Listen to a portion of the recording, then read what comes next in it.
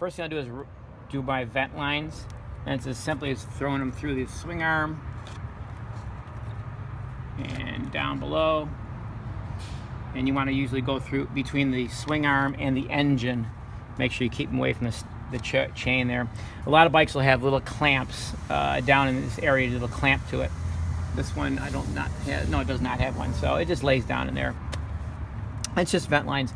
Some people take these vent lines, and you know that's fine there. I actually like them down there. Some people take these vent lines and they'll actually run them into the airbox. You can run them back into the airbox here in the back, drill little small holes and insert them into the airbox. You can do that. You know, they do that when they go through a really lot of water or snow or stuff like that, and it protects them a little bit. They do have to be free and clear. So it's one thing you should check, you know, every once in a while. Just reach down there and make sure those lines are clear. What happens is if that line gets plugged with dirt or mud, you know, dirt's pretty hard, but let's say it gets clogged with mud. Of course, you have to get both of them clogged. But if both of them clog, then the carb can't vent. And then what happens is it won't take fuel. And you'll know it because the bike will shut off, but it'll call vacuum lock. So that's a good thing to check all the time. If you had a problem ever with your motorcycle, you check that first and make sure those are clear. So we're going to take now and we're going to install the cable on. So we're going to take and move the carburetor sideways, like I said. Grab our screwdriver here, take the top off. Slide. Lectron slide is, you know, the very first carburetor we patented the flat slide. So really in the bore, all you see is a very small, the bore only sees this thin of a area. So we have the smoothest bore carburetor in the market. So we patented that, and then we also patented our flat meter rod, which conventional rods are round all the way around. Of course, ours is flat on one side. So that's where the fuel picks up. So when it's in the bike, the flat side's this way, the round side's on this side.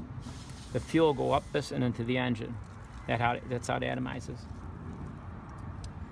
So we're going to take the cable top here, we just took off. And here's the whole assembly here. Spring gasket top.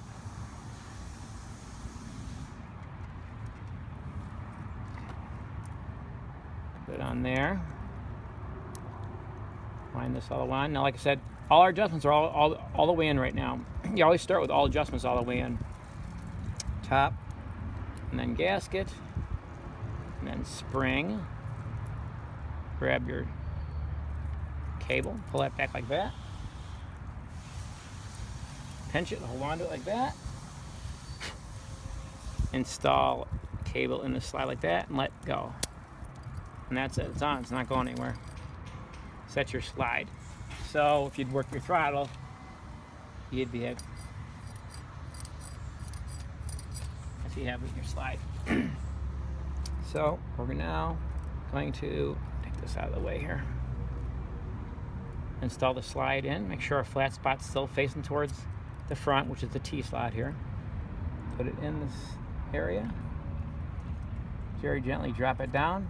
If you're real gently with it, it'll go right down. Sometimes people will say, oh, I can't get it in the started in. And really, if you just start very gently and try and square it up and put it down, it'll fall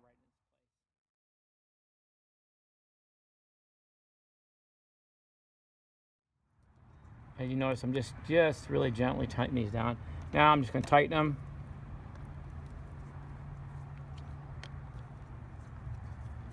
And like they say, this stuff doesn't have to be real tight. I mean, you have to, have it tight, but don't go wrenching on it really hard. It's only a very small screw, and it's just holding the top cover on. This will eventually, after we do our adjustment, we're going to put this boot on. I'm going to leave it high for now, so I'll show you how to adjust all that. So there, you got the throttle in now, and now we're just going to straighten the carburetor back out again. Get it in its place. Make sure your cable looks nice, it's routed nice. And we're going to check our throttle. Works great. So we have all this adjusted. Most of the time we're going to have this all the way down. In fact, I would say pretty much it's always going to be down. Your cable has to really wear out for you to have to adjust it here. And I'm going to tighten that up for now. First, it's the 8mm, make sure it's fairly snug. And then the cable, lock nut is snug. That's that. So that's done. Check it again. Now, get our 2 clamps lined up. Push it in again, make sure it's seated. Notice I'm always wiggling this. I can feel that locked in that. If I can't do that nice little wiggle, I know it's not locked in the groove inside the manifold. So I always do that, and then I just line it up. I'll take my clamp now, the front one first, because that's the most important one. That's one that has to be tight and, you know, snug. Loosen it up real lot. It's going to make everything harder because it's hard to put in the boot. And I got a pretty good reef on that. Now, I always check when I'm done. Let me get this out of the way again. When I know that's tight, I can move this carburetor, and I watch the carburetor move with the manifold. So I know I got a good seal. Remember before we were moving the carburetor back and forth, this wasn't moving? Well, let me move this out of the way so you can see it better. So watch now in here. See the manifold moves with the carburetor. Watch the clamp move with the carburetor. I know it's got a good seal there. If that doesn't move with the carburetor, it's not a good seal. And now we're going to do the airbox side. You notice I'm just really, I don't have much, I mean, a little bit more than finger tight on this. You know, and the same thing you do, you can take, I don't want to get the camera here, but go in there and see when you move this now the clamp's moving with the carburetor. That's all it takes. This clamp doesn't have to be that tight. A lot of people over tighten it. I see them tighten up so much that the boot will actually start backing off the carburetor, and it's not necessary. This one you can tighten pretty much as hard as you can because it's got a locking groove in it, but this size does not. So never over tighten this end.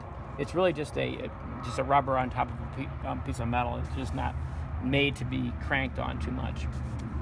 So we're happy with that.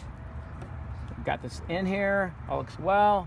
Take our fuel line, take our little protective cap off, make sure everything's really clean, and put our fuel line in there, and push our dust cover back over there, so we know we're done with that.